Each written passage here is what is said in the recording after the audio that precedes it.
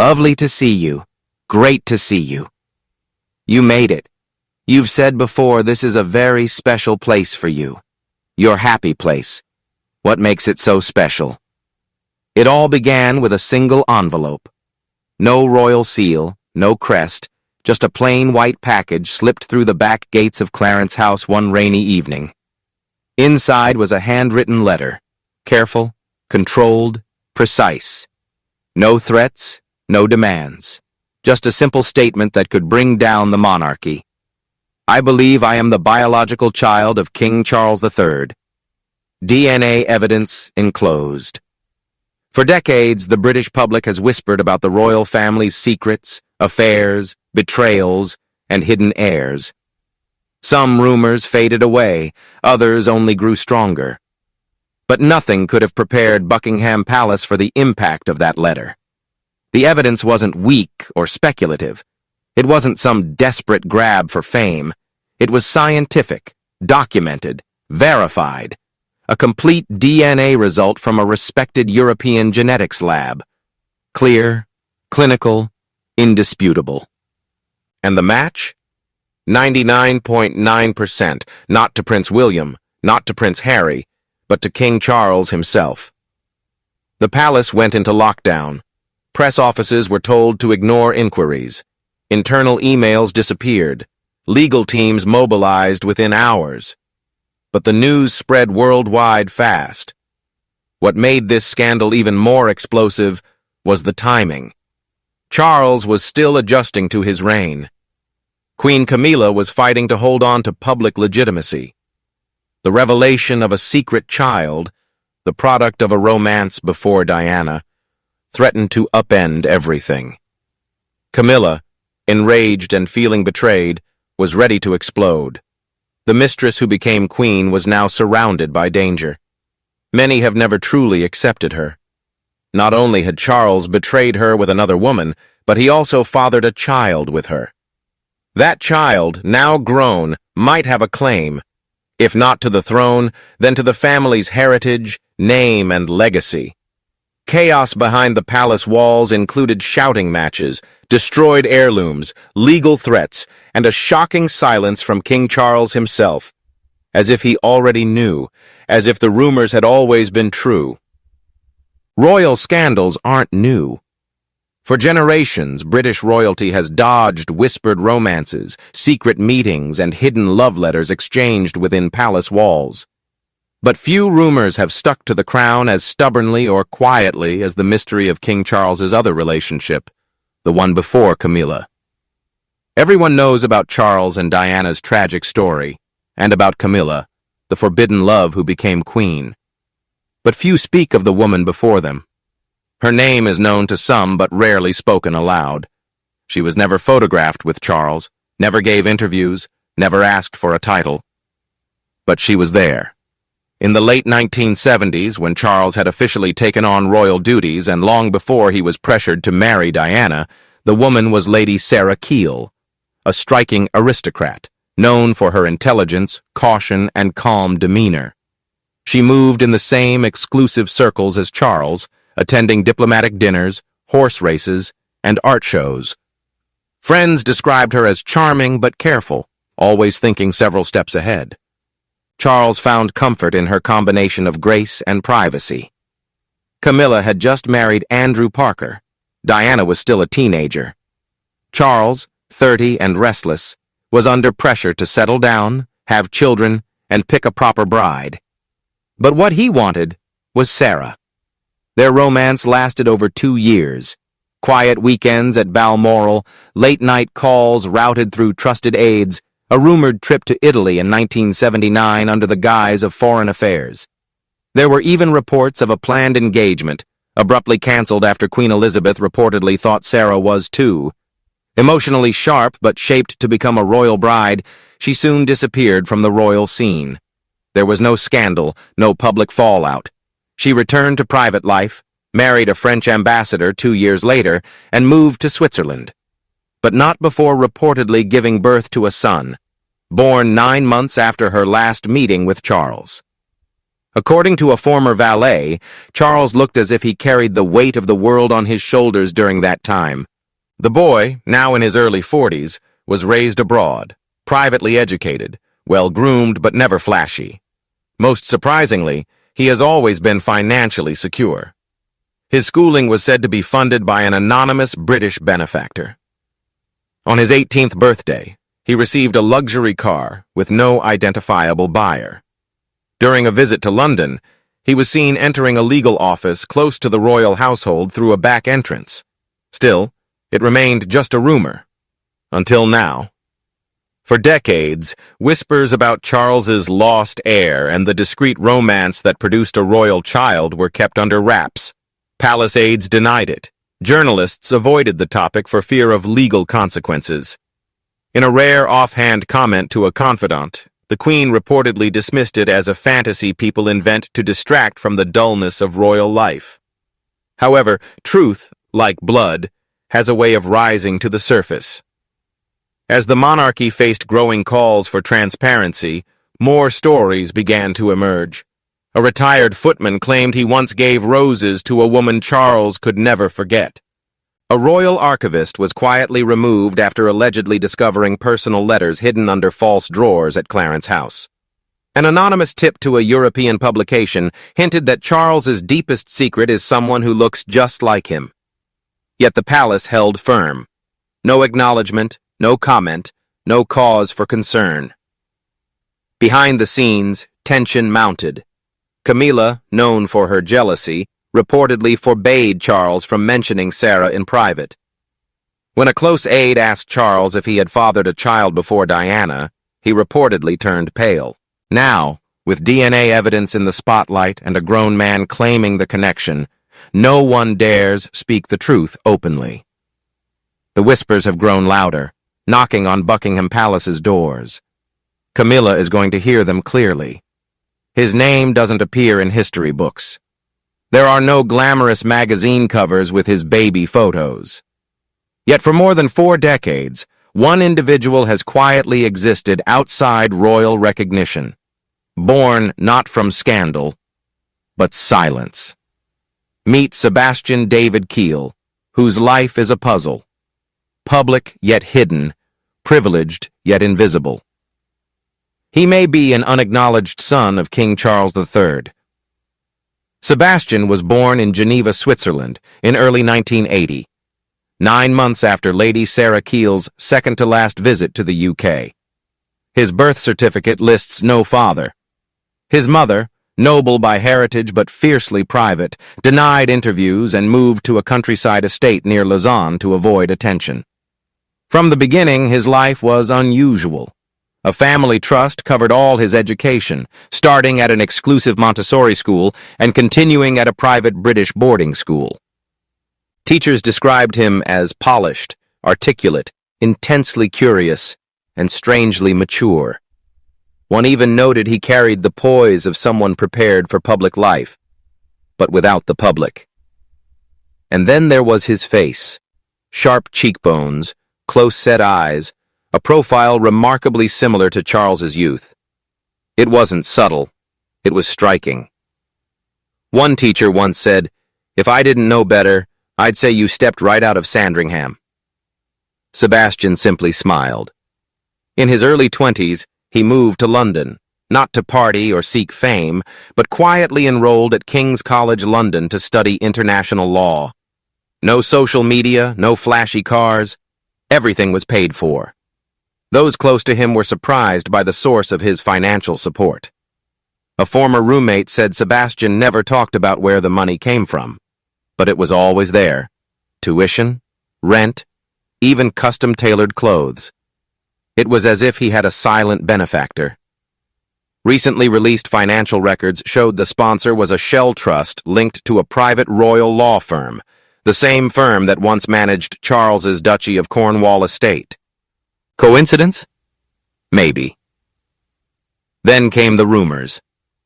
Sebastian was spotted near Clarence House several times, never through the front entrance, always unannounced.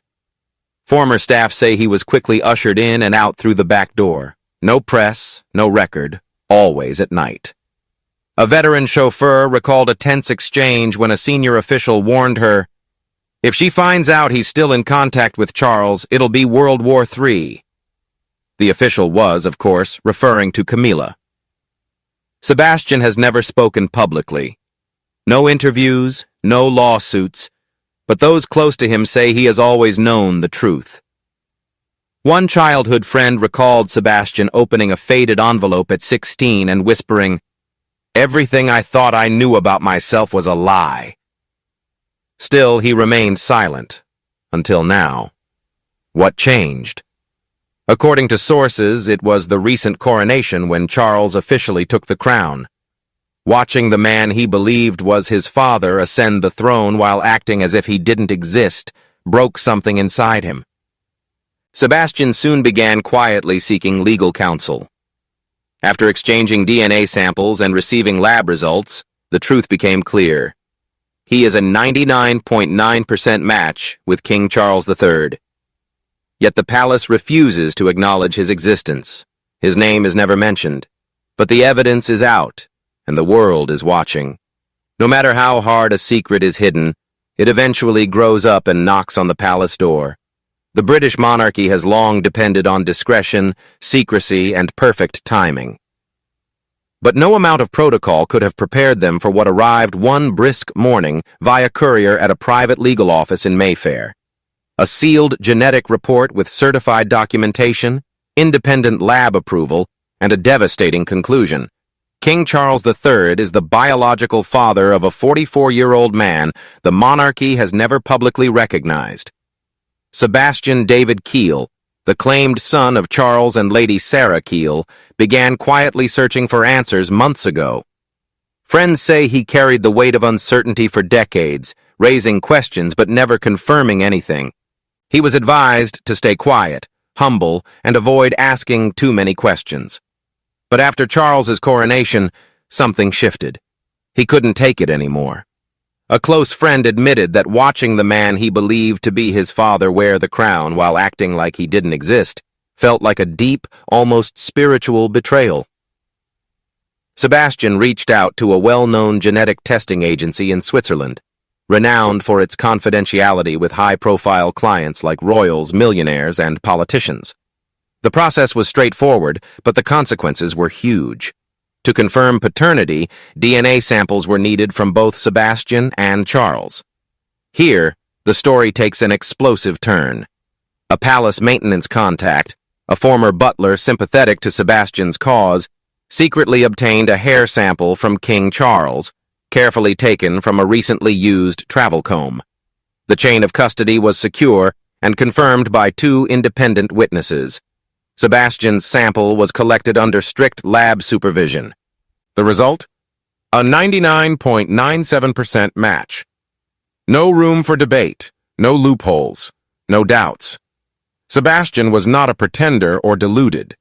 Scientifically, he is King Charles's biological son. When Sebastian's legal team received the report, they didn't immediately go public. Instead, they followed protocol. A confidential letter was sent to Clarence House, addressed directly to King Charles. It included the DNA report, a brief statement from Sebastian, and a simple request.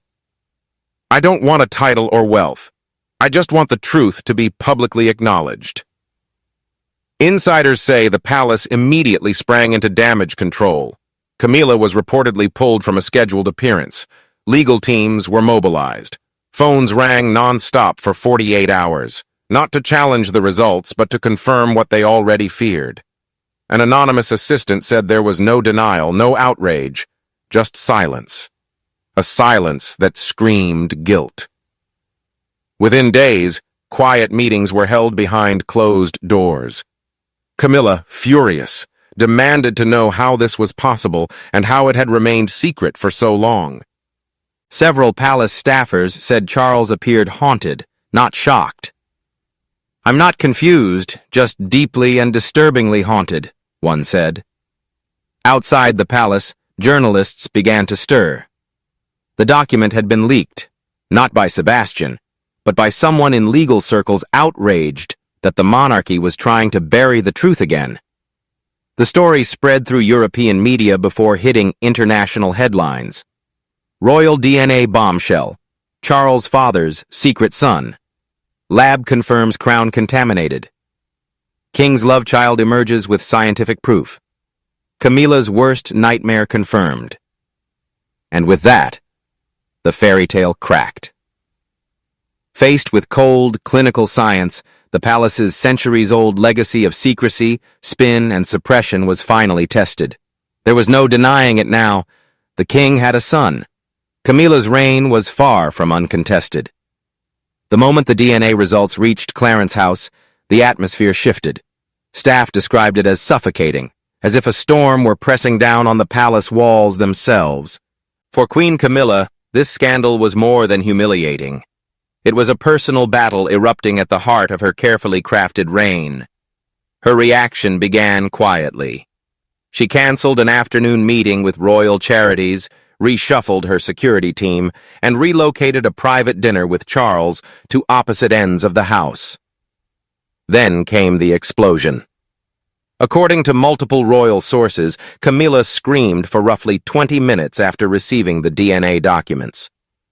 She locked herself away, throwing crystal glassware at the walls. A longtime maid was seen leaving in tears. Another staffer said she had never witnessed such rage from a human being.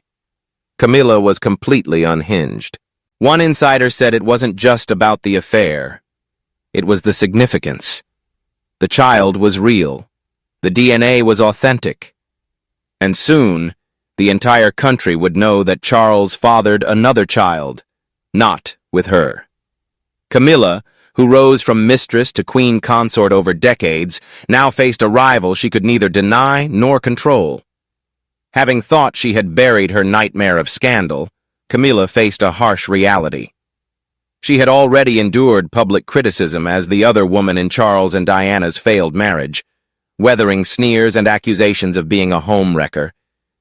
Yet she survived. She won. She married the king.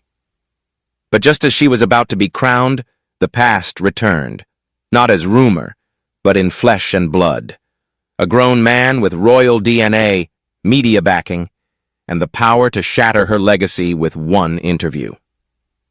According to palace insiders, Camilla quickly demanded that the legal team erase this embarrassment by issuing a statement denying the DNA claim, disparaging Sebastian, and threatening legal action against any outlet covering the story. But Charles remained silent. He barely spoke at all. Camilla was furious at his quietness. She reportedly accused him of letting Diana's ghost ruin them once more. She slammed a door so hard the frame broke. Security was stationed outside her suite, not because she was a threat to others, but because she was out of control. Sources say what hurt most was the public's sympathy for Sebastian. He wasn't demanding titles or wealth. He simply wanted to be acknowledged. And in comparison to his calm, dignified manner, Camilla looked even worse. In a leaked audio message to a confidant, Camilla reportedly said, "They'll paint him as the rightful heir. They'll make me look like a fraud again, after everything I've given up, after all I've sacrificed." Some courtiers whispered that Camilla's breakdown was the worst they had seen since Diana's famous confrontations with Charles, a heartbreaking mix of sadness, anxiety, and desperation. She was no longer the composed queen waving beside the king. Behind closed doors, she had become a woman in turmoil. She also feared being replaced, possibly by a ghost, a secret, a son who by blood stood dangerously close to the throne. And Camilla was ready to fight to the end. While Clarence House was in chaos and Camilla's fury echoed behind locked doors, Prince William and Princess Catherine remained calm, not just for appearances, but for the future of the monarchy. Their serene expressions showed deliberate control, not indifference. In a palace rocked by DNA revelations and betrayal, William and Kate stayed silent. Instead, they tightened their circle, surveyed the situation, and moved like chess masters.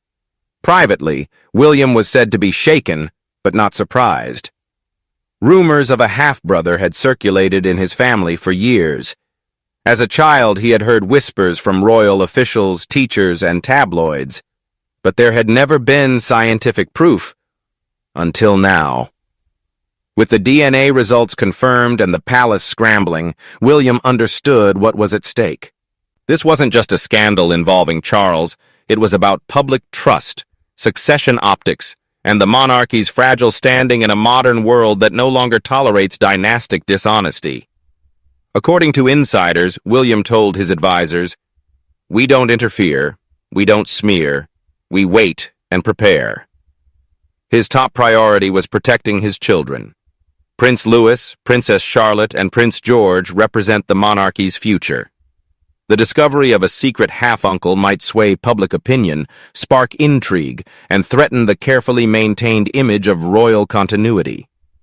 William, prepared for this since birth, preferred quiet strength over open confrontation. Kate, as always, was his anchor. Behind palace walls, she offered firm counsel, reminding William of the importance of rising above the storm.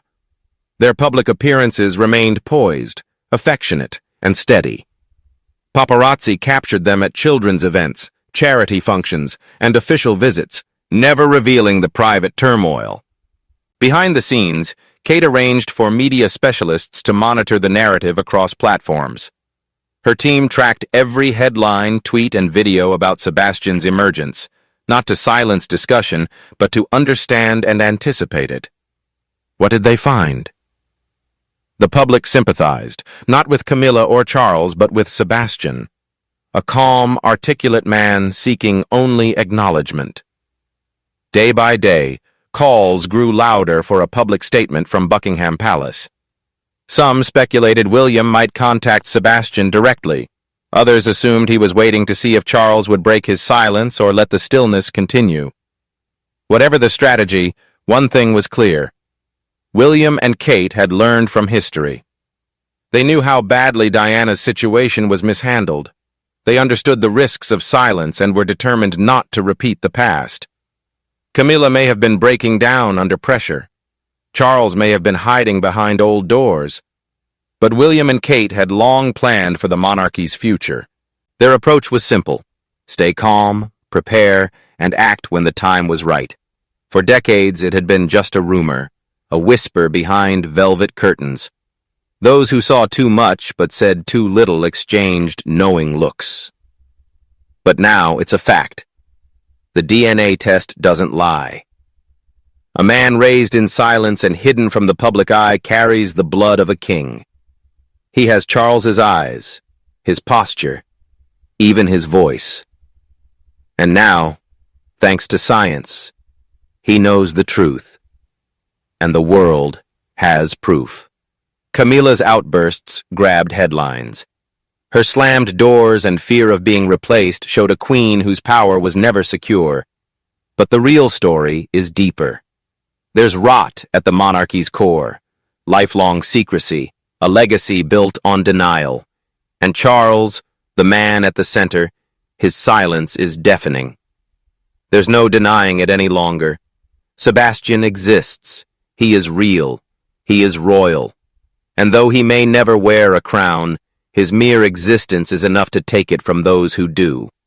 The monarchy has always claimed to be untouchable, a symbol of divine continuity. But this story reveals something far more dangerous. They bleed. They lie. They hide. Sometimes the truth arrives at the palace door, with a birth certificate and DNA results in hand. William and Kate may save what they can. The palace may spin the story however it wants. But this chapter cannot be erased. The truth is out. The crown's deepest secret has been exposed. It's undeniable, and it's royal.